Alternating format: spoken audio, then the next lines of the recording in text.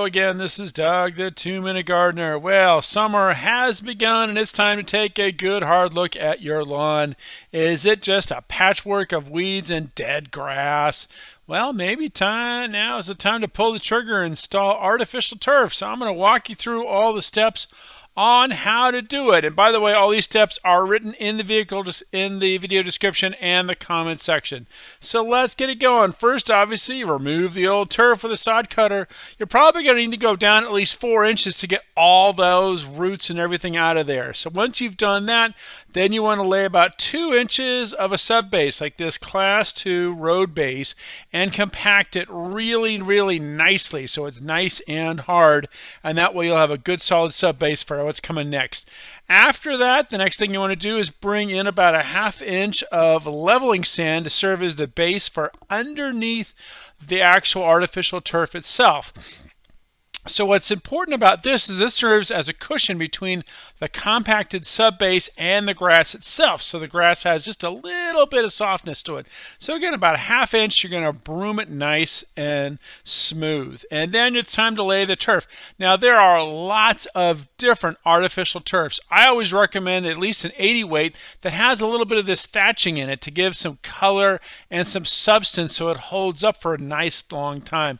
Instead of the really cheap thin stuff they used to sell in the bad old days of artificial turf. It's also important to make sure to have these little drain holes on the bottom so that it can drain properly. Here's a couple of examples of that turf. Now, one piece of advice when you're picking out a turf, don't pick out a sample and then just look at it rightly standing over it. You want to put it down and walk away about 10 feet and look at it from a distance, because that's the color you're going to see at 10 feet.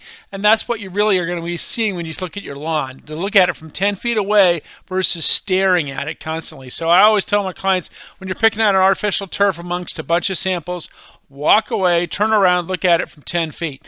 All right, you've picked out your turf. You've rolled it out now. So now you're going to do a rough cut of the perimeter. And man, oh man, this is where it really comes down to the measure twice, cut once. Measured a bunch of times. Make sure you leave an excess of about 4 to 5 inches all the way around. So these guys are doing a really careful job trimming off that little roll. There's a little piece right on the end of a roll that has to be trimmed off because you can't nail down to that. All right, you've measured it out, you've done the rough cut. Now you're going to start nailing it down. So with turf, you want to use these 5-inch nails to nail it down. You start at one corner. You don't do your final cuts, by the way. You always do the nailing at one edge and work your way across with a turf puller. That's one of these little guys, easy to rent. And so it's a very long process of stretching the turf with these guys. Turf puller, also known as a turf grabber. Has these little serrated things you kind of jam it in with your nail like you see him doing there. And notice that there is still quite a bit of excess, about 5 inches on the other side of this lawn install. So once you've secured one edge, then you use the nails and turf puller to keep going. So you're doing nails about every 8 to 10 inches on the perimeter, about 4 to 6 inches on the seams. Continue using that turf grabber to as you nail to remove all the wrinkles in the turf and get it nice and tightly stretched. And then you get to the other side. And once you reach the other side of that turf, then it's a good time to do, again, check your cuts because once you cut it, you're committed to that particular perimeter there. So now you've cut it all out, you've trimmed it, you've nailed everything down. It's time to do the infill. So the infill is really important because it does two things. It absorbs odor, which is important if this is a lawn for dogs. You definitely want to use a pet odor infill. It also holds the grass in a nice upright position so that it stays upright and looks realistic for years and years to come. So basically the way this infill works is you want to do about 1 to 2 pounds every square foot of turf. So yeah, that's a lot of infill. So if it's say 500 square feet of turf, you're going to need about 600 to 700 pounds of infill. Now the variable is what kind of infill you use. Some infill comes in smaller granular form. Usually they'll tell you on the bag how much infill to use per square foot. Once you've thrown that all out, it's time to bust out the power broom. Now when you're using a power broom, and these by the way are also available for rent, it is really important that you wear a mask because this thing is kicking up dust all over the place. Make sure your mask when you're brushing this stuff in.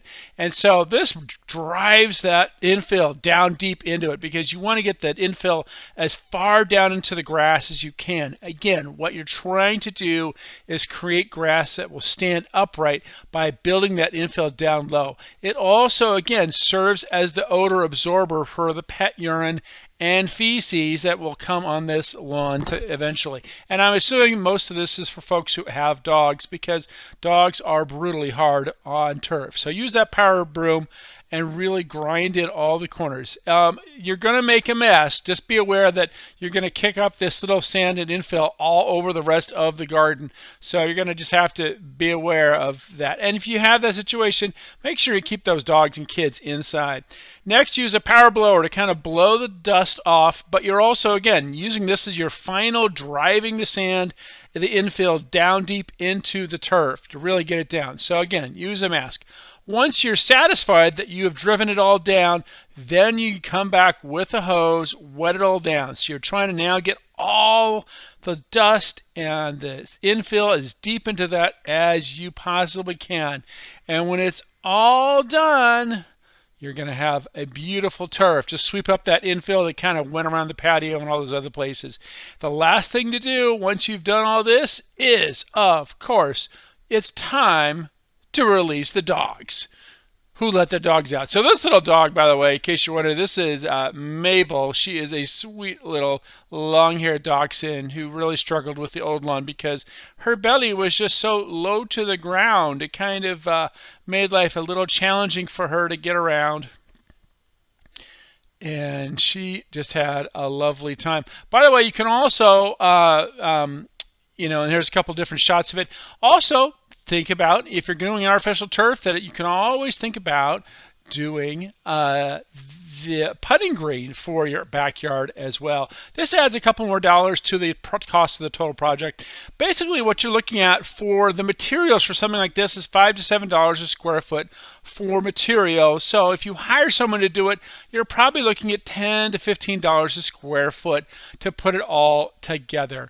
Well, that's all the time we have for today. If you enjoyed this video, make sure to hit that like button and subscribe to get more of my garden videos. Until next time, this is Doug, the 2-Minute Gardener, saying thanks for watching.